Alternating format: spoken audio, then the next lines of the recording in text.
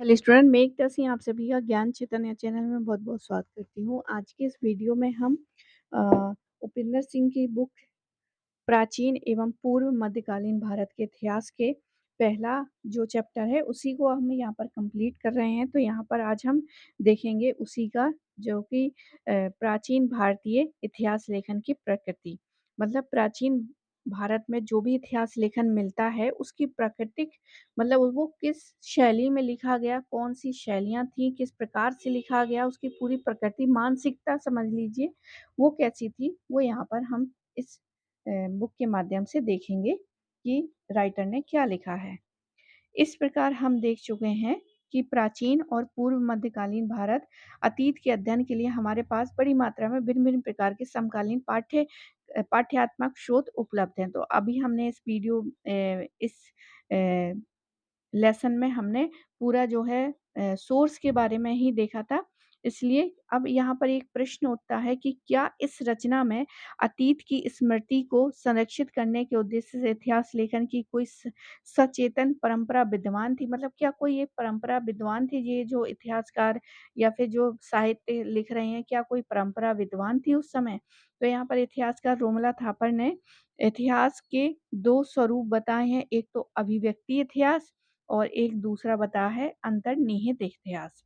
तो बहुत इम्पोर्टेंट है कि रोमला थापर ने प्राचीन भारत के इतिहास लिखने के इतिहास को 2 स्वरूप में डिवाइड करती हैं, अभिव्यक्त इतिहास और अंतर्निहित इतिहास। इन दोनों के बीच अंतर स्पष्ट किया है। अंतर्निहित इतिहास उसे कहते हैं जिसके अंदर के ऐतिहासिक चेतना को चुन-छाँट कर निकालना पड़ता है, जैसे कि मिथक, एपिक एवं वंशावली। जबकि अभिव्यक्ति इतिहास में एक आत्मचेतन ऐतिहासिक चेतन एवं अधिक प्रमाण प्रतिबिंबित होते हैं। तो यहाँ पर रोमिला थापर का जो संकेत दिया गया है कि अंतर्निहित इतिहास लेखन अक्सर जो है समाज से जुड़ा होता है, जबकि अभिव्यक्ति इतिहास जो है राज्य समाज से जुड़ा हुआ होता है। तो ये बहुत इम्पोर्टेंट है ये वाली लाइन। आगे देखते हैं। उत्तर वैदिक साहित्य में ऋषियों के गोत्र प्रवर इतिहास का वर्णन किया गया है। इस काल की रचनाओं में इतिहास के संज्ञान का अप्रत्यक्ष रूप से बोध होता है। इस श्रेणी में दान स्थिति मतलब कोई दान देना, स्तुति करना, गाथा, आख्यान मतलब उसका गुणगान करना, दान संस्कृतियों से राजाओं की प्रशस्ति की भी जो है बात कही गई। गाथाओं का कुछ महत्वपूर्ण यज्ञों के दौरान राजा की स्तुति में गाई जाती थी। ब्राह्मणों तथा गृह सूत्रों से जुड़े कर्मकांड के दौरान नाराशंसी वाचन होता था। तो गृह सूत्रों से जुड़ा एक यहाँ पर जो है नाराशंसी वाचन होता था। आख्यान उन रचनाओं को कहते हैं जो महत्वपूर्ण घटनाओं के वर्णन के रूप में प्रस्तुत की जाती थी। उपरोक्त रचनाएँ किसी न किसी रूप से यज्ञ से संबंधित थीं। मतलब जो भी यहाँ पर प्रस्तुतियाँ की जा रही थी, वो सारी की सारी यज्ञ से संबंधित थीं। पुराण में सन्निहित राजाओं की सूची से प्राचीन भारतीय इतिहास लेखन परंपरा की अधिक पुष्टि होती है। एपिक को इतिहास कहा गया है जिसमें किस हद तक मिथक मतलब जो झूठ-मूठ की बातें, ऐतिहासिक तत्व है, यह विवाद का विषय है। मतलब हमारे जो पुराण में बहुत ज़्यादा चीज़ें सही हैं या गलत हैं, ये एक विवाद का विषय है। सूत और मगध कहे जाने वाले गायकों ने ऐतिहासिक कथाओं के प्रचार-प्रसार में इतनी महत्ता बहुत ज़्यादा भूमिका निभाई है। दक्षिण भारत में भी उनके द्वारा अपने संरक्षकों की गाथाएँ सुरक्षित रही हैं। दीपवंश और महावंश मिथकीय इतिहास कोटि की रचनाएँ हैं। तो दीपवंश, महावंश जो है बहुत झूठ-मूठ का ही इतिहास है ये, बहुत ज़्यादा इसमें विश्वसनीय चीज़ें नहीं हैं। किंतु इसमें पर्याप्त ऐतिहासिकता भी मौजूद है। बौद्ध, जैन और हिंदू परंपराओं में उपलब्ध जीवन चरित्र का संकलन भी इस संदर्भ में रखा जाता है। आगे है राजकीय प्रशस्तियों में भी ऐतिहासिक तत्व का संपूर्ण लोप माना जा सकता है। राज्य के द्वारा निर्गत अभिलेख मतलब जो अभिलेख लगवाए गए हैं राज्य के द्वारा उनका उद्देश्य प्रशस्ति ही रहा है। इसमें ऐतिहासिक सूचना उपलब्ध है। अर्थशास्त्र तथा चीनी यात्री शुएंग जांग के यात्रा वृत्तांत में राजकीय अभिलेखागारों का उल्लेख किया गया है, जो सभी भारतीय नगरों में विद्वान थे। 11वीं सदी में अल-बरूनी की 11वीं शताब्दी की कृति तहकीक-ए-हिंद में काबुल के ही शाही अभिलेखों गारों की चर्चा की गई है। दुर्भाग्य से ऐसे प्राचीन अभिलेख जो हैं अब अस्तित्व में नहीं बचे हैं।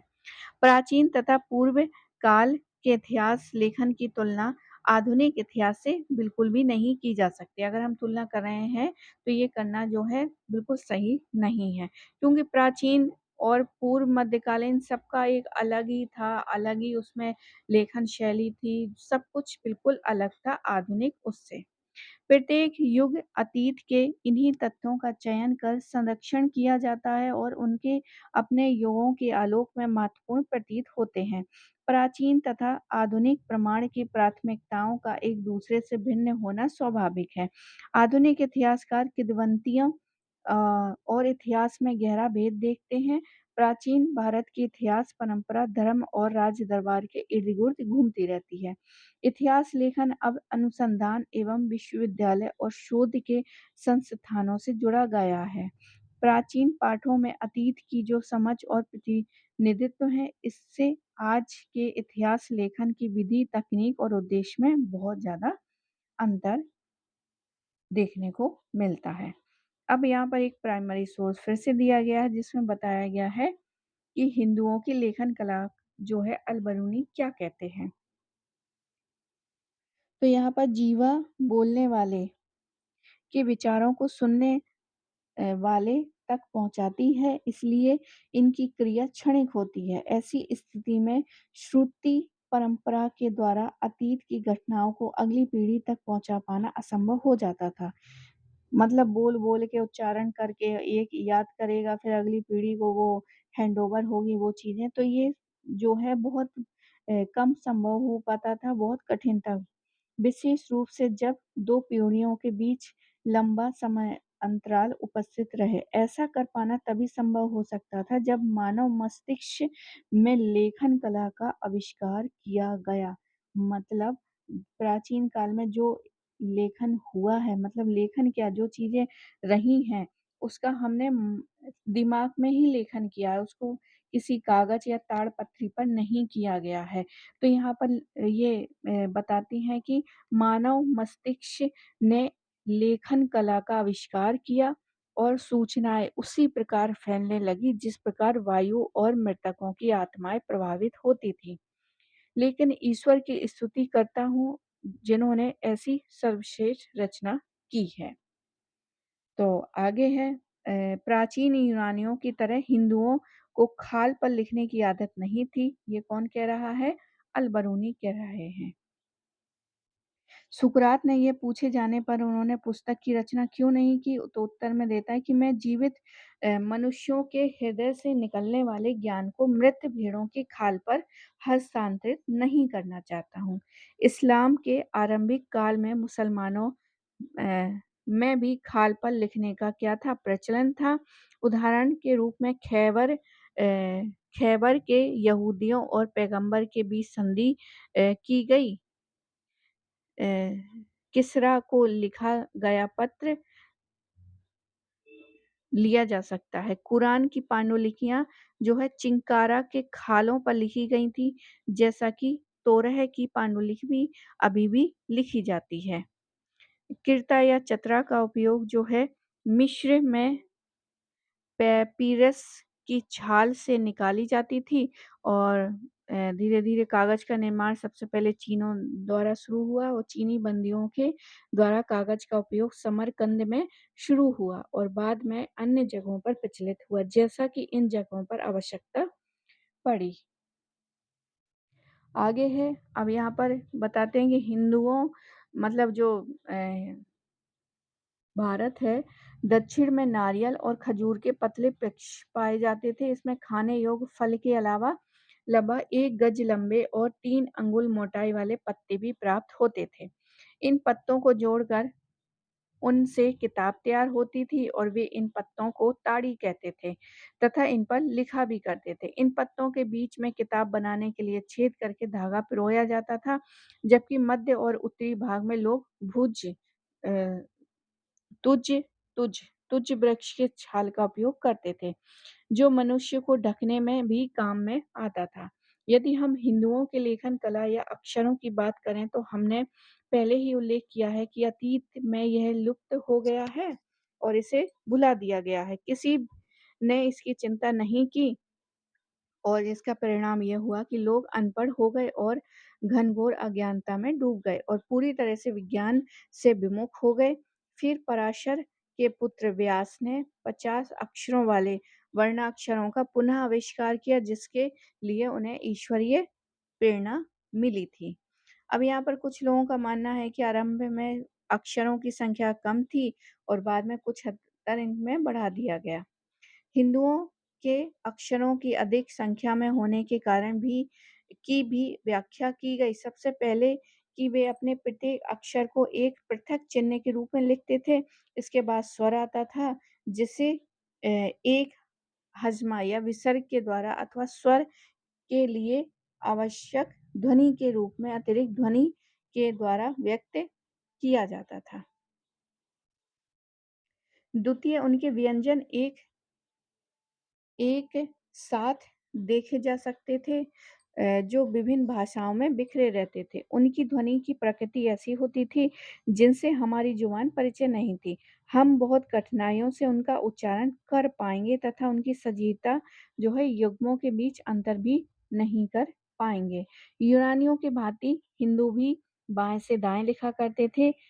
वे एक सीधी रेखा के नीचे नहीं लिखते हैं, जैसा कि अरबी लेखन में होता है। इसके विपरीत उसके द्वारा लिखी गई सीधी अक्षर रेखाओं के नीचे लिखे जाते थे। इन लेखाओं के ऊपर केवल व्याकरण के जैसे चिन्ह लिखे जाते थे। इनका उपयोग उस अक्षर विशेष के उच्चारण के लिए ज़रूर होता था जिनके ऊपर उन्हें बनाया गया है। आगे है हिंदुओं की लेखन कला की विशेषता को बतलाने के बाद अल-बरूनी ने हिंद भूमि में उपयोग में आने वाली विभिन्न प्रकार की लिपियों के अस्तित्व की बात भी करते हैं, जैसे कि सिद्ध मातृका कश्मीर, वाराणसी और कन्नौज जैसे क्षेत्रों में प्रयोग लाई जाती थी। बहुत इम्पोर्टेंट फैक्ट है कि सिद्ध मातृका जो है कहाँ पर थी? तो कश्मीर, वाराणसी और कन्नौज में।